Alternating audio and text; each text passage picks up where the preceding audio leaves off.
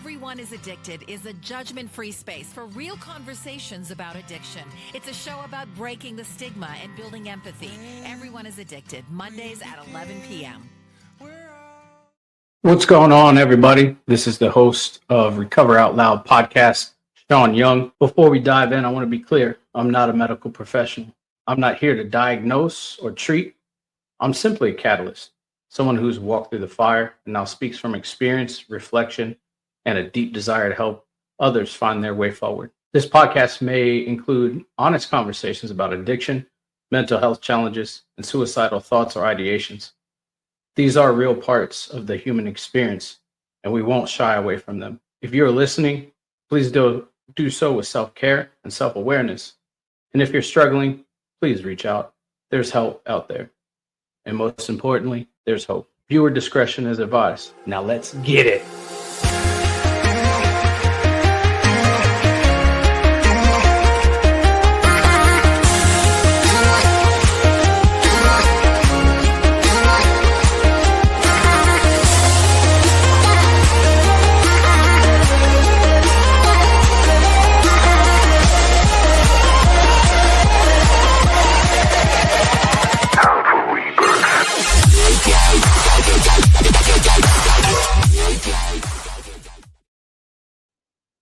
What is going on, everybody? Welcome to Recover Out Loud podcast, episode number 108. Before we dive into our guest, as you've seen before the intro, there was a little bit of a trailer teaser. That is a podcast friend of mine named Jasmine Boodle. She's going to be on a little bit later in a few months. But that is her show, as Everybody's Addicted. So if you get a chance, go check that out. It's another great podcast, and it's another great way to hear some really good stories from amazing people. But today, we got a really amazing guest. Today, we have Yvette Salva. How you doing, Yvette? What's up? And I love that you are helping other people get the message out there. That's what we need to do, support each other, man. Absolutely. It's all about cross-promotion now. We can't make it. You know, and one of the biggest communities that I've seen for cross promotion and helping other people is the podcast community. It's an amazing community. It really is. Thank you for having me on. Oh, thank you for coming on. So, as I said, our guest today is Yvette Salva. Would you like to give a formal introduction of yourself? Sure. I'm a mom, Monroe, New Jersey, and a 21-year-old. I've been sober for 22 years. I recently wrote a book, Booze, Blow, and Pancakes. It's a doozy. It's a real quick read just about my journey into addiction and then recovery, because I'm all about the recovery. And my purpose is to let anyone out there know that if they're struggling, if you're breathing, there's hope. Because I thought there was no hope. But you know what? God chose to keep me alive for a reason. So hopefully I can share something that will help somebody today. Absolutely. You know, I find one of the things most concerning when I watch podcasts or I listen to episodes where people come on and share their stories. We want to focus so much on the bad stuff, the bad side of us, the addiction, the pitfalls, all that stuff, but we don't focus on the recovery, and that should be celebrated. You have 22 years of active recovery. That is amazing. Yeah, and I would have had 25, Sean, but I had 3, went out for one day, and came back and got 22. But those 3 years of recovery were the impetus to get me back, because I know that one day could have been, I could have never come back. So I think relapse is a part of the story, but I love to focus on the recovery part, because we all have war stories. We've all done stupid shit, but that doesn't get us sober. It's the tools and the solutions that get us sober. Absolutely. I agree. So we're going to touch a little bit on your addiction, but we're going to talk primarily about your recovery, because you have a sustained amount of recovery, and that needs to be noted. I've had one other woman on here that had 37 years of recovery, and that's just a treasure trove of knowledge. And so we're going to pick your brain a little bit about this. So, Miss Yvette, when was the first time that you remember using a drink or using a drug?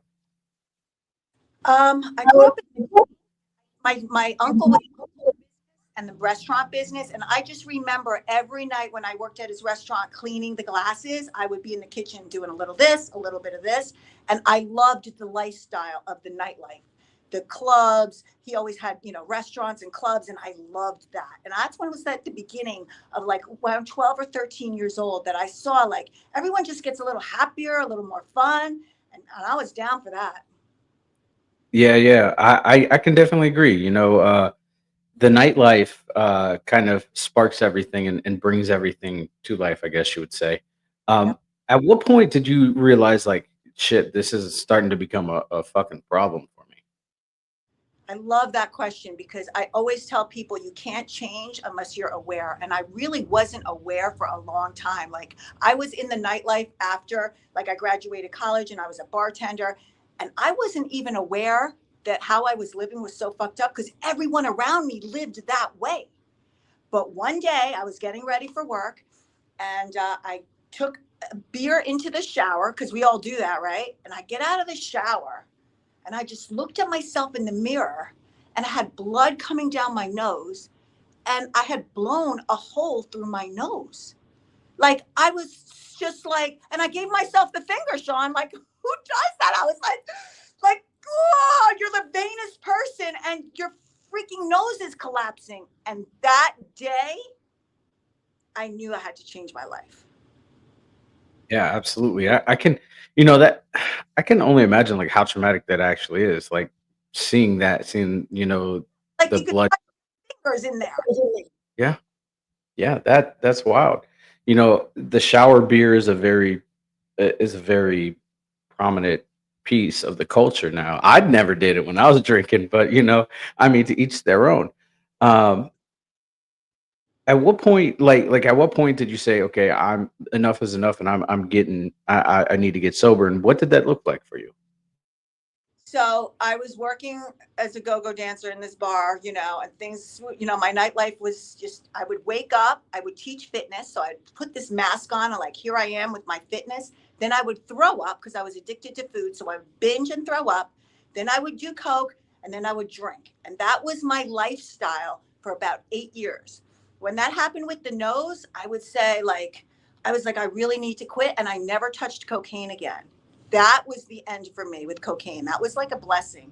But then the alcohol really took over because now I wanted to get that same high without the drugs. And I had been I was homeless. I took a shower in a gym and I had my go-go bar and I lived in my car for a while and, couch surfed. But at one point, I ended up getting a real professional job, and my manager at the time said, "We think you have a drinking problem, and if you don't go to get help, you're fired." And now that was the last life vest that was available. Like I had been to 12 rehabs, I had been homeless. Nobody's talking to me. There's no family. There's no friends. And I knew that if I didn't jump on this bandwagon, I was done. And I took that life jacket and I went with it. Yeah, absolutely. You had a career in front of you. Like it wasn't just a job. Like at that point, like it wasn't like working at a nightclub. Like you had a career in your hands, something sustainable. And I think a lot of times people take that for granted, and they're like, "Oh, they're not gonna fire me. Fuck them. They're not gonna fire me." But Yeah. it sounded like they were completely dead serious. That like you needed help. Yeah, and you know what? I was in sales, Sean. So I'm winning trips. I'm thinking I'm doing this drinking thing pretty good. Like I'm managing it. But as she was telling me this, I had a Dunkin' Donuts cup filled with vodka. That's normal. And I'm like, me, a drinking problem? And then I like really like there's so much power in powerlessness. Like the gig is up. I've tried every which way and Sunday to try to manage this shit, and it's just not working. My way doesn't work. And I put up the white flag and I started to follow suggestions. Absolutely, absolutely. So, what did that early recovery look like for you? Because it looks different for everybody. Some people go into 12-step programs, other people dive into like recovery centers and stuff. What did it look like for you? Well, first of all, it was brutal because I didn't know anyone who didn't drink. I didn't know what to do with myself. I literally, my whole life was surrounded with party, even in my work life. So I had to, first of all, I had to change everything, which was people, places, and things.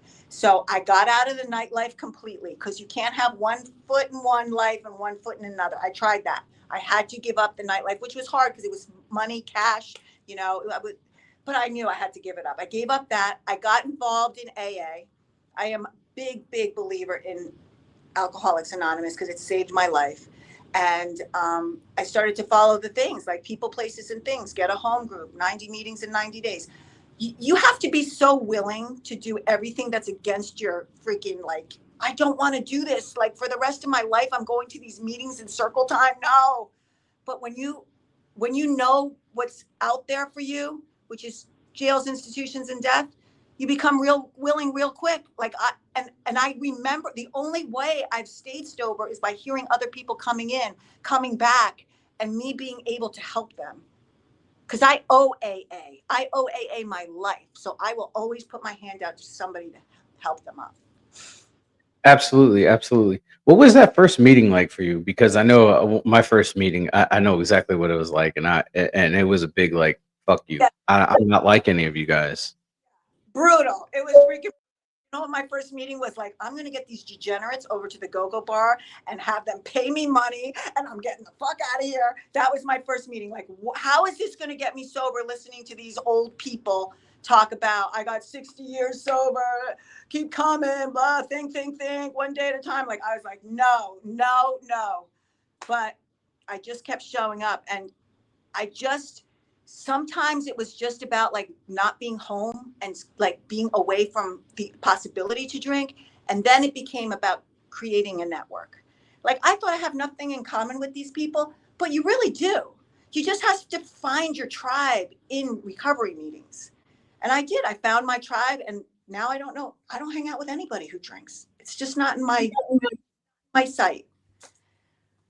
Yeah, absolutely. That's how I am too. When I started getting into AA and really diving into AA and everything, like I hated the slogans. I hated all of them. Keep coming back. It works if you work it. A few episodes ago, I shared how much I hated, don't give up before the miracle happens. Fucking hated it, because I was in the army and we had all these dumbass slogans for things. And I'm getting to another system that has dumbass slogans. But it's real. It's real. It's brutally honest. It's brutal. And that shit works. Like, I don't know how it works, but I own a business. Like, I'm a personal trainer and a life coach. And like, I tell people these things, they're like, where did you get this stuff? Like, it really does work. Like, if you could just, stay in today, like, because really that's all it's so stupid, but it's really all we have. And we're worried about, I can't drink on my wedding. And I'm like, even any women that I help, like, it's just for today. Tomorrow, if you want to drink today. Let's just focus on today. And then, my defenses are down and I'm going to stay 24 hours clean. And then tomorrow we'll deal with tomorrow. Yeah, absolutely. And I think a lot of people that enter in recovery that are, unwilling, like at first they're like, they're very combative or very standoffish to the program or any program for that matter. And then they have that transformation in their life where they're like, I really had a problem. Shit. Right? Like I am just like this person, that person, so and so. I love to watch the shift from the have to the want to. Like I have to be this, go to this meeting because my sponsor said so, or I have to, be of service to people. Now it's like I want to. Like, where was that shift for you? My God, I love what you just said. I want to. I remember, I got sober at 30 and then I went out at 33 and now I have 22 years. So I would say, I don't know, I would say probably after my relapse, I wanted to because I was pregnant, 7 months pregnant, and I was at a graduation party. Like I'd been doing the things, but kind of not really, a little bullshit, foo fa fa, like sugarcoating. And I went to that party. I'd never been to a liquor store before, Sean. So I was like, I'm going to go to a liquor store and get the host some wine. Like that thought had never entered my mind in 3 years. I'm like, I'm pregnant. There's no way I'm going to drink. So I go to the liquor store, I get her wine, and I see these red Solo cups, and I'm like, you know what? No one's going to notice. How crazy are you with a baby inside your belly that you would do that? And after I drank that day, I told my sponsor, and she's like, you have to tell your husband, and you have to go back to a meeting and raise your hand and say, I'm coming back. day one, 3 years over. I'm like, but it was just one time. And after that, I got to the get to. I get to do this because I could have ruined my entire life. But if I wasn't honest and told my husband, if I wasn't honest and raised my hand, secrets keep you sick, man. You go back out there and start using and on the sly, and before you know it, yeah, you know how it ends. Yeah, that's the disease of addiction, right? Like that brain telling you like, "Ah, man, just one's not gonna be bad." I had that moment. I had that moment in like 2018, 2019, where I was like, you know what? It was like 4th of July. I was like, you know what? I can just have one. I'm fine. I hadn't been in a program or AA or any of that, but I was like, one will be fine. And then literally that one turned into 3 that night. And then the next night it was like 5. And then I was right back to where I was at the beginning. So that's the disease of addiction that says, oh, just one's not going to hurt you, but the fucking one can hurt you and then some. Yes. 100%. Absolutely. And I think when you get to that point of I get to work out, starts like, oh, I hate doing this, and I'm doing curls and my arms aren't getting big, and you just keep showing up, and then start all of a sudden you're like, oh my God, it's starting to work. And then you're like, you can't stop going to the gym. It's the same thing that happens with recovery. But I think a lot of people stop drinking, and I did that for a while, and I was dry. Like, not drinking and recovery are two different things, because recovery is something you're actively doing. You're just not stopping something. I am actively reaching out to other people. I am getting outside of myself, which I thought was all bullshit. Like, how is me helping someone else going to do anything for me? But it is truly how it works. And I Yeah. never realized that until I had that, like, wow, I'm always in active recovery versus not drinking. Not drinking just means you took something out of your life, but recovery is a solution. And I'm glad that you brought it up about being dry. I many periods of my life I was a dry drunk, and I hated my life, and I hated myself, and I hated everybody around me. And it wasn't until I got to recovery that I started actually like loving people, and that's just so odd to me because like I hated people, and I just wanted to hate people, and I'm so glad that I'm not in that portion of my life anymore. I What? swear. Go ahead. So, but the people in recovery, like, I've been to meetings, all over the United States, and it's like every other person has a side angle, right? But people in recovery, they're like, oh, you need a ride? It's such a weird thing, the recovery network. I don't know. You just don't find these people anywhere else in the world. Everyone, Yeah. like, there's a side angle. What's in it for me? And in recovery, it's not. It actually is what's in it for me, because by me giving something, I get something. Yeah, absolutely. And that's why this podcast exists. I kind of started initially to be like, oh, I kind of wanted to be like the center of attention. And then the Yeah. more that I started to do that, the more I was like, it's not about me, it's about them. Right. And I receive something from every single guest that I get, even if they're not, if they never suffered from addiction, don't suffer from mental health disorders. It doesn't even matter to me. Like I get something out of this because other people are sharing their story. And then I really, after everything's done, I get to sit back and reflect on it and be like, man, that was a great episode, or that guest was amazing. They had a great story. They had a great perspective. Yeah. So this is an absolute blessing to me. And what you're doing is recovery, because you're giving free time. You're doing this for nothing but to help somebody. And that is just so beautiful. That's what I'm saying. Where are you going to, there's the few Seans in the world. Absolutely, absolutely. Thank you. Thank you. That's a hell of a compliment. Thank you. Um, so moving on, what does life look like for you now? I know you have a book, and here in a second I'll let you plug your book. But what does life look like for you now? I, s- I used to get home at 4:30 in the morning. Now I get up at 4:30 in the morning. I train people at a studio, a private fitness studio for women. So I only train women with the women. It always has worked for me. I'm a life coach, so I help women get unstuck and stop starting over, because I feel like that's a big pattern for women over 40, which is like my niche.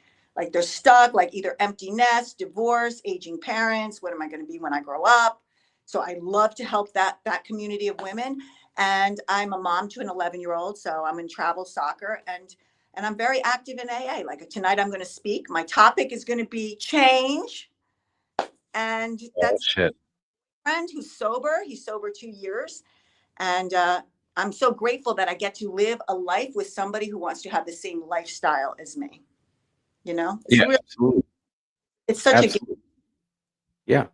And I see the crystals on your neck. I'm just going to venture to say you stepped into spiritualism.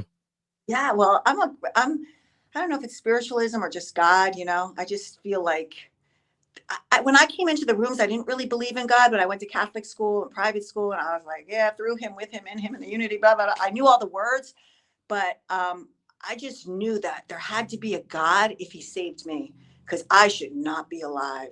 I'm talking kilos of coke, hotel rooms, missiles, guns. I should be dead. And how the fuck am I sitting here talking to you about being sober? It's like that's the only thing. So I have this as protection, but it's like a spiritual thing. But for me, it's like really, I believe God. I believe in me out there. Absolutely. Yeah. I believe a higher power is out there. I mean, it's kind of the foundation of the program, like believing in the higher power, somebody that is keeping you sober when you couldn't keep yourself sober. Right? So let's talk about your book, Booze, Blow, and Pancakes. What's that all about? I mean, I have an idea, but what's it about? And isn't this so cool? My daughter took the cover photo. She's a photographer at the photo shoot of this, and it's me in handcuffs with the pancakes because that was my drug of choice for food. The blow, which was my drug of choice for drugs, and then the drink, booze, blow, and pancakes. And one day I was training somebody, and she was like, "That you should write a book." And this was just like 10 years ago. I was like, "Yeah, booze, blow, and pancakes." And that stuck with me for years and years and years. And one day I just said, "You know what? I'm going to do pen to paper." Actually, ChatGPT was a huge help. I'm not going to Yeah. lie. Mad ADHD. I just talk about like secrets keep you sick because I was so many different masks for so long, especially in fitness, showing off my six pack and I'm throwing up in a freaking bathroom every night. Like, really? And so I talk about secrets keep you sick. I talk about rock bottom being a solid foundation. If I hadn't hit the bottom, I don't, I'm real thick. I need to do a lot of research. And I did a lot of research. And then I just talk about like, change is possible if you're willing. If your willingness is such a powerful word, because if you want to be change your life, you have to be willing to be uncomfortable. Absolutely. Absolutely. I agree. Living in the uncomfortability and the uncertainty is a beautiful place to be. As humans, we run from it because we don't like that feeling.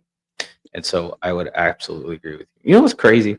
It's a common theme amongst a lot of people that I've been interviewing lately. They've either written books within the past few years, or they're in the process of writing books, and I'm right in the middle. Like I'm writing my book now. And Chat, you best friend, dude. oh, look, look, I'm not a scholar.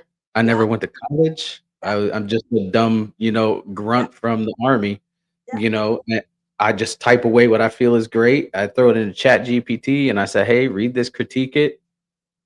So good, right? Like, can you imagine that we could just talk into a box and it comes up with an outline? There's so many stories that can be told for people like us who have a hard time focusing, or like we got too many ideas and we get overwhelmed. Like, I'm telling you, ChatGPT is such a great tool for anyone wanting to write a book. And if anybody ever wants to reach out to me, I wrote my book for less than $3,000 with an amazing publisher.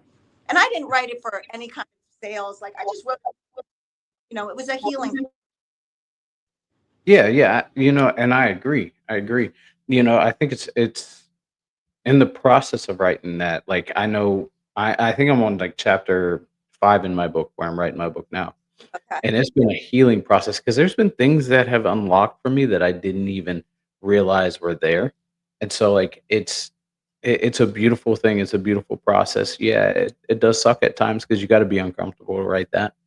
Yeah. Um, but it's a But beautiful thing. But what you just said is very true, even about going to meetings, because it's like you could go to meetings and it sucks. And then you hear at the last minute, you hear that one sentence and you're like, damn, yeah. Or like that one memory that's triggered something in you. And that's why, like, writing and going to meetings and hearing other people's stories, like you forget and it triggers something. And you're like, yeah, I needed to hear that today. Absolutely, absolutely. Miss Yvette, before we go, what does the future look like for you? The future for me is to continue with my gym, to continue to help women, overcome their struggles, and just to be an amazing mom. And just my life is so simple, Sean. Like I don't go to restaurants. I don't go, like, I'm not a party person.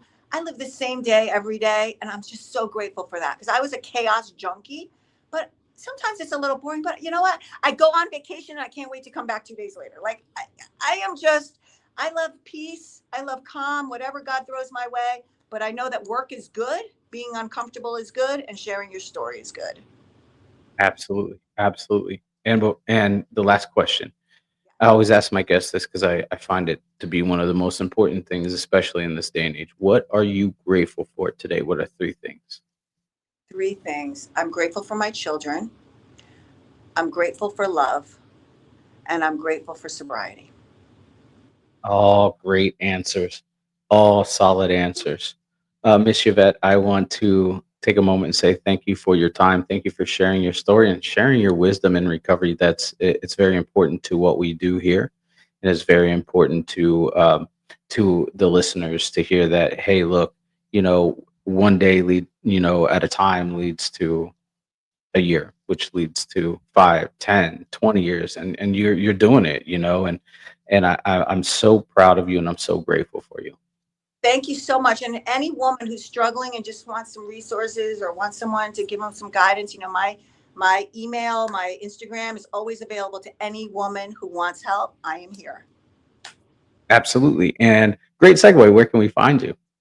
At Yvette Salva Fitness on Facebook, at Yvette Salva Fitness on Instagram, and at YvetteSalvaFitness.com. Awesome, awesome. And Thank, those will all be in the show notes down below. thank you so much. Keep doing what you're doing. Thank you, thank you, and Yes. everybody. I want to take a moment and say thank you for being here. Thank you for taking your time to listen to this episode. You are loved. You are worthy. You are worth it. Be kind to yourself. Be gracious to yourself, and love yourself. Have a nice